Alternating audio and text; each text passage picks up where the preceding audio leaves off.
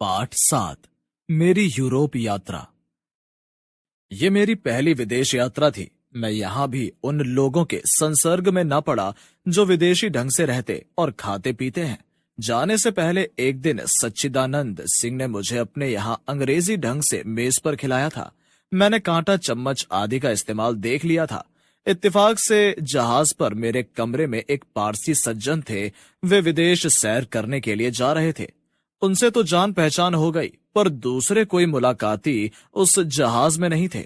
मेरी आदत भी कुछ ऐसी है कि मैं किसी से स्वतः मुलाकात या जान पहचान करने में बहुत सकुचाता हूँ। इसीलिए जहाज पर किसी भी देशी या विदेशी यात्री से एक दो दिन तक मुलाकात या बातचीत नहीं हुई। पर इतना मैं देखता था कि मेरी हिंदुस्तानी पोशाक की ओर बहुतेरी आंखें जाती थी। मैं डेक पर अपनी कुर्सी रखकर कुछ पुस्तकें पढ़ता अथवा टहलता रहता। समुद्र बहुत शांत था।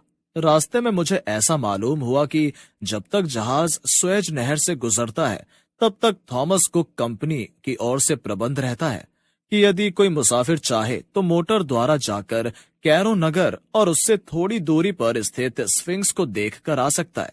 मैंने ये देख लेना अच्छा समझा। मेरे ही जैसे कुछ और मुसाफिर भी थे जिन्होंने थॉमस कुक के साथ वहां जाने का प्रबंध कर लिया। हम लोग बहुत सवेरे ही करीब 5 बजे जहाज से उतरकर मोटर पर कैरो चले गए। कैरो में पहुंचने पर मुंह हाथ धोने और हल्का नाश्ता कर लेने के लिए एक होटल में हम लोग ले जाए गए। इसके बाद कैरो का अजायब घर देखने गए। वहीं पिरामिडों की खुदाई से निकली हुई चीजें सुरक्षित रखी गई हैं। ये बड़ा सुंदर संग्रह है। प्राचीन मिस्र के कितने बड़े नामी और प्रतापी बादशाहों के शव जो पिरामिडों से निकले हैं यहाँ सुरक्षित हैं। अब देखने में वे काले पड़ गए हैं, पर उनका चेहरा और हाथ पैर तो ज्यों के त्यों हैं। वे जिस महीन कपड़े में लपेटकर गाड़े गए थे वो कपड़ा भी अभी तक वैसे ही लिपटा हुआ है। ये कपड़ा बहुत ही बारीक हुआ करता था। सुना जाता है कि यह भारतवर्ष से ही जाया करता था।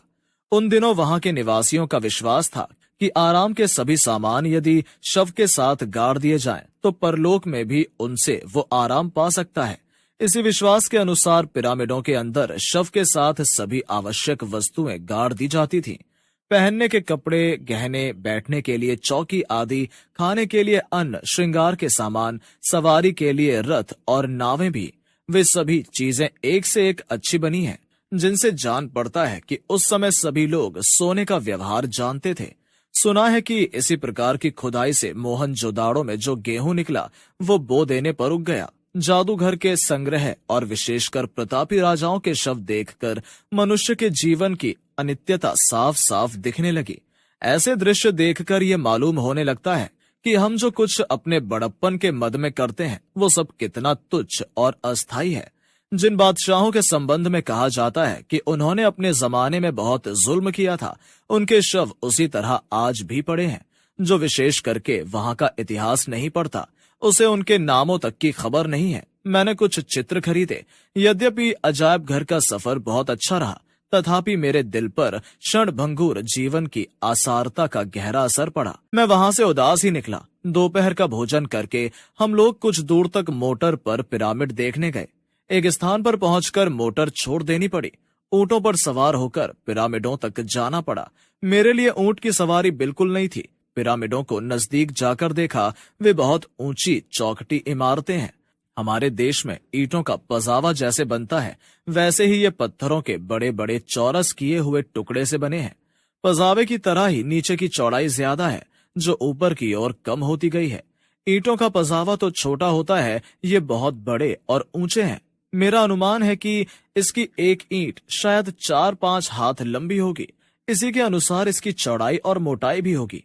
न मालूम कितने दिनों तक एक एक ईंट काटकर इतनी बड़ी इमारत तैयार हुई होगी। इसमें कितने गरीबों ने अपने जिंदगी का कितना हिस्सा लगाया होगा। ये सब एक राजा के नाम को उसके मरने के बाद भी कायम रखने के लिए किया गया था। नाम तो अब केवल पुस्तकों में ही रह गया है। वे इमारतें जिनसे मनुष्य कोई लाभ नहीं उठा सकता, अपनी जगह पर आज भी वर्षों के बाद ज्यों की त्यों खड़ी हैं। उनमें से अनेक की अंदर से खुदाई हुई है। उन्हीं से निकले हुए सामान का संग्रह कैरो के अजायब घर में है। मुझे स्मरण है, हाल ही में हम लोगों ने अखबारों में पढ़ा था कि इन्हें खोदने का जिस किसी ने प्रयत्न किया वो मर गया, पर वहां की खुदाई में बहुत सामान निकला। स्फिंक्स एक अजीब चीज है। मुंह मनुष्य का और शरीर जानवर का। एक बहुत बड़ी मूर्ति इस रेगिस्तान में इस शक्ल की बनी पड़ी है। सुनते हैं कि प्राचीन काल में इससे प्रश्न किए जाते थे और ये भविष्य की बातें बता देती थी, पर वो जो कुछ भी कहती थी उसे समझना बहुत कठिन था। अब बातें तो नहीं है, पर यह मूर्ति यूं ही खड़ी उस प्राचीन समय का स्मरण कराती है। ये सब देखकर हम लोग संध्या तक वापस आकर रेल पर सवार हुए। पोर्ट सईद में रात के करीब 11 बजे पहुंचे। वहां जहाज पहुंच गया था। हम सब अपने अपने कमरे में जाकर सो गए। भूमध्य सागर में पहुंचने पर कुछ सर्दी लगी। लाल सागर तो बहुत गर्म था, अरब सागर से भी अधिक। भूमध्य सागर में पूर्वी हवा भी जोर से चलती थी, इसलिए जहाज कुछ हिलता था। रास्ते में जो देखने को मिला मैं सब कुछ देखता गया। इटली के नजदीक सिसली टापू के पास होकर ही जहाज गुजरा। वहां का शहर कुछ दूर दिखाई दिया। पहाड़ तो साफ नजर आता था। कई दिनों बाद हम लोग फ्रांस पहुंचे। रास्ते में कोई विशेष बात नहीं हुई। कभी कभी कोई टापू नजर आ जाता था तो सब लोग उसे देखने लगते थे। समुद्र यात्रा में चारों ओर पानी ही पानी दिखता था। दिन रात पानी देखते देखते 1-2 दिन के बाद ही जी उब जाता है। अगर कहीं कोई दूसरा गुजरता हुआ जहाज नजर आ गया या जमीन देखने में आ गई तो बहुत आनंद आता था। सभी मुसाफिर उसे इस तरह देखने लगते मानो उन्होंने कभी जमीन देखी ही नहीं। हम लोग मार्सेल्स में सवेरे उतरे। वहां एक होटल में ठहर गए। वहां भी कुक कंपनी की कृपा से शहर के देखने योग्य सभी स्थानों को देख लिया। दिन भर घूम घाम कर रात की गाड़ी से पेरिस के लिए रवाना हो गया, परंतु मैं पेरिस गाड़ी बदल कर पहुंचा। यहाँ फिर जहाज पर चढ़कर संध्या होते होते डोवर में उतर गया। डोवर से रेल पर चलकर रात के 9 बजे लंदन पहुंच गया। यहाँ मैं मार्च के तीसरे सप्ताह में पहुंचा था, पर अभी तक काफी सर्दी थी। गोवर्धन के मेरे साथ आ जाने से खाना भी हिंदुस्तानी मिलने लगा। जैसे यहाँ हम लोग भात दाल रोटी सब्जी खाते हैं, वैसे ही वहां भी खाने लगे। मैं तो मुकदमे की पैरवी के लिए गया था। जिस रात में पहुंचा लोगों से बातचीत करके सो गया। पहुंचते ही मालूम हो गया कि सवेरे उठकर बैरिस्टर के यहाँ जाना होगा, क्योंकि उसने आपस में बातचीत करने के लिए समय दिया है। इसलिए लंदन पहुंचने के 12 घंटों के अंदर ही मैं काम में जुट गया और जब तक मुकदमा खत्म ना हुआ दिन रात उसी के काम में लगा रहा।